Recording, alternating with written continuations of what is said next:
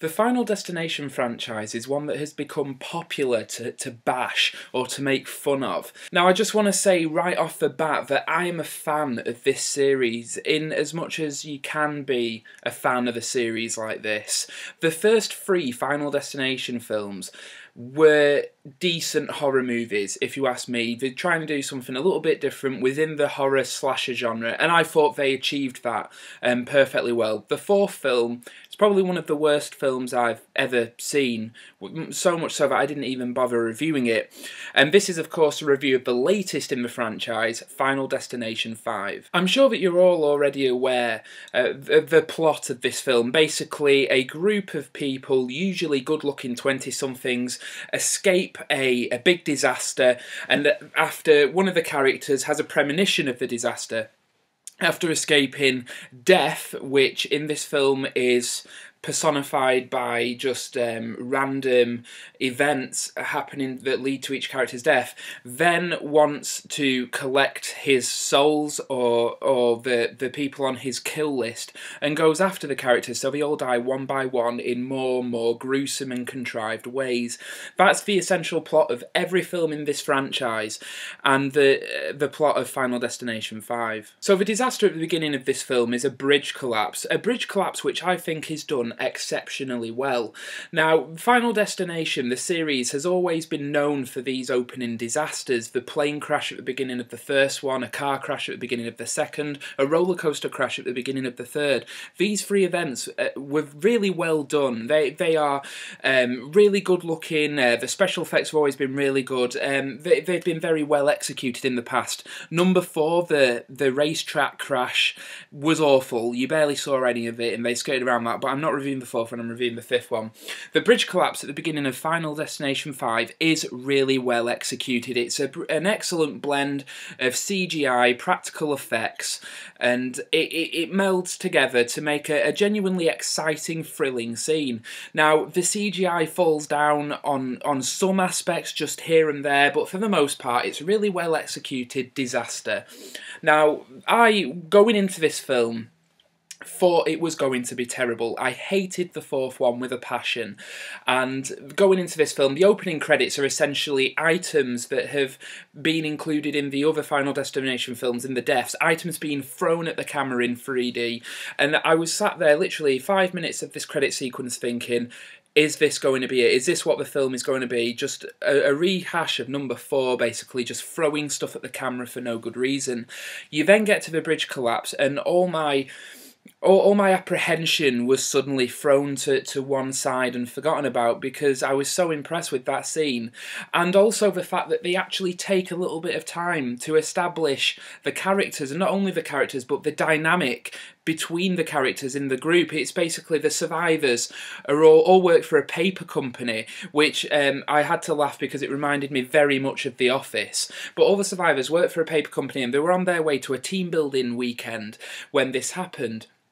And it does a really good job at very quickly, in the space of a few scenes, establishing the dynamic between all the characters. Now, you do have, you know, the cliches, the stereotypes. You have the portly comic relief. You have the slutty rocker chick, all the rest of it. And now the film does make an attempt to subvert some of these stereotypes and cliches and expectations, and does turn a few of them on the head and do something quite interesting with the characters. But the point is, whether or not you feel it's done well, at least this film takes the time to establish these characters and hopefully make you care, if not about all of them, about at least some of them, when the shit really hits the fan and death comes a-calling. What you probably want to hear about in this film is the deaths themselves. Now, I have to say that it features some of the best death scenes out of the franchise. I feel like towards number 3 and 4, the characters became cannon fodder that really served no other purpose than to just explode on screen in a gory fashion. In this film, it gets back to what number 2 did really well, in that throughout the death scenes, it really keeps you guessing through the use of red herrings and things like that. It keeps you guessing as to how each character's going to die, and whether or not they're going to die, you know, maybe they'll escape. And it's done really well. There's a scene that's glimpsed in the trailer that is really an exercise in tension, and that is a gymnast practicing while, you know, death conspires to kill her. And in the trailer, it shows that, you know, on this bar that she's walking across, there's a little nail, and you think, oh God, she's going to stand on that, or something horrible's going to happen. This scene lasts a good 5 or 10 minutes, and it's really well done. There are red herrings everywhere.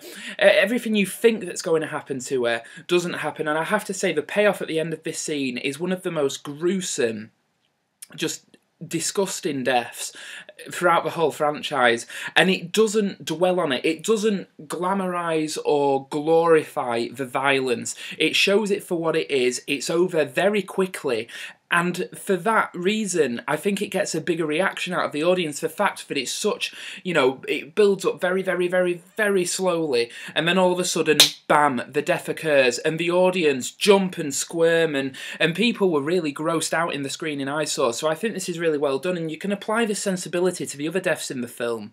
That they do take their time in, you know, basically building up the tension before killing the character.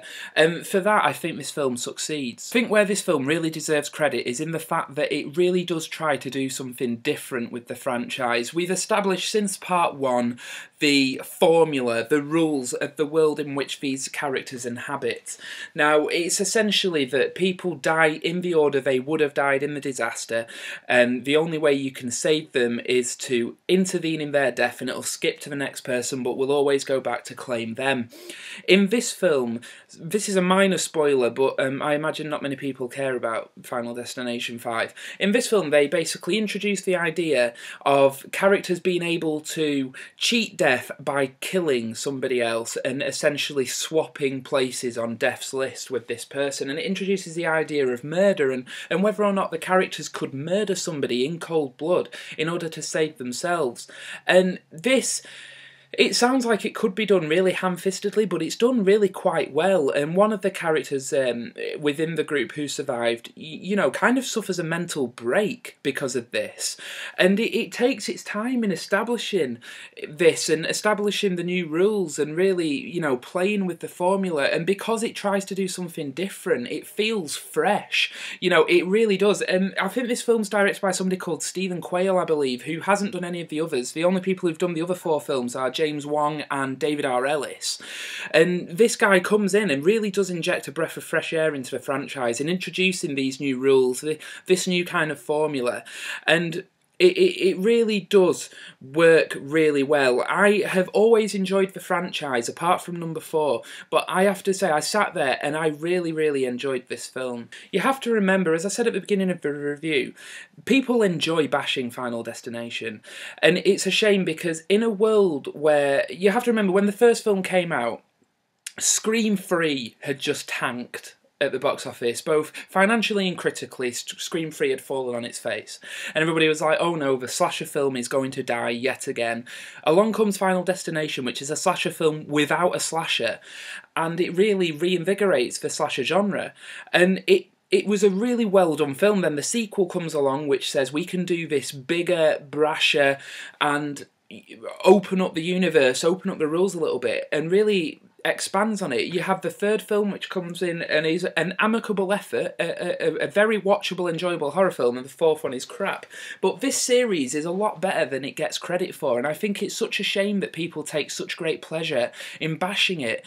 It's almost, it gets roped into the same frame of mind as the Saw movies. The more and more that they make, the worse they get. But in fairness, I think Final Destination 5 is an injection of fresh air into this franchise, which hadn't become stale, if you ask me.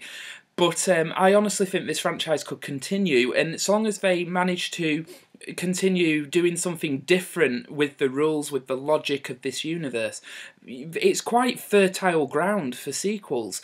What I would like to see in the next film would be to explore the source of the premonitions and maybe explore Tony Todd's character, who's in the first, second and fifth film. He's in this one as well. And you could really expand a bit more and do something very interesting with it. I know it sounds like I've been very kind to this movie. Now, it is flawed. It is a B-movie horror film, but it's a well-executed one at that. The acting isn't terrible. I quite liked all the actors. Nobody stood out as being particularly bad. I thought it was well directed. I thought the scenes were very tense. I thought it looked $1 million. You know, it's a very enjoyable film, and I do recommend it. Now, don't go in expecting the Citizen Kane of horror movies, because you're not going to get it. It's Final Destination 5. You know what to expect by now. But in terms of the franchise, when you assess a film like this, you have to assess it on the grounds of the franchise in which it's a part.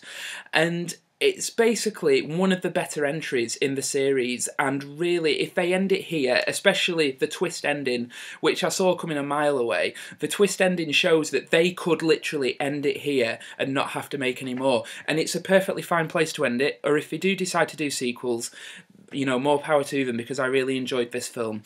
So I would recommend Final Destination 5. If you get the chance to see it in 2D, see it in 2D, because the 3D was just kind of wasted. 3D did nothing for me. It didn't need it. If you get to see it in 2D, see it in 2D. But do go see it if you're a fan of the others. It's a decent horror movie. It's fun. Go with a group of friends. Have a few beers before you see it. You'll enjoy it. It's a good, fun B horror movie, and I recommend it. So this review has probably divided some viewers, because I know people really like to take the piss out of Final Destination, but I really enjoyed this movie. And I actually think I'm going to do a big, maybe series of videos on the whole franchise, because I feel like this movie, in particular, this franchise, needs defending.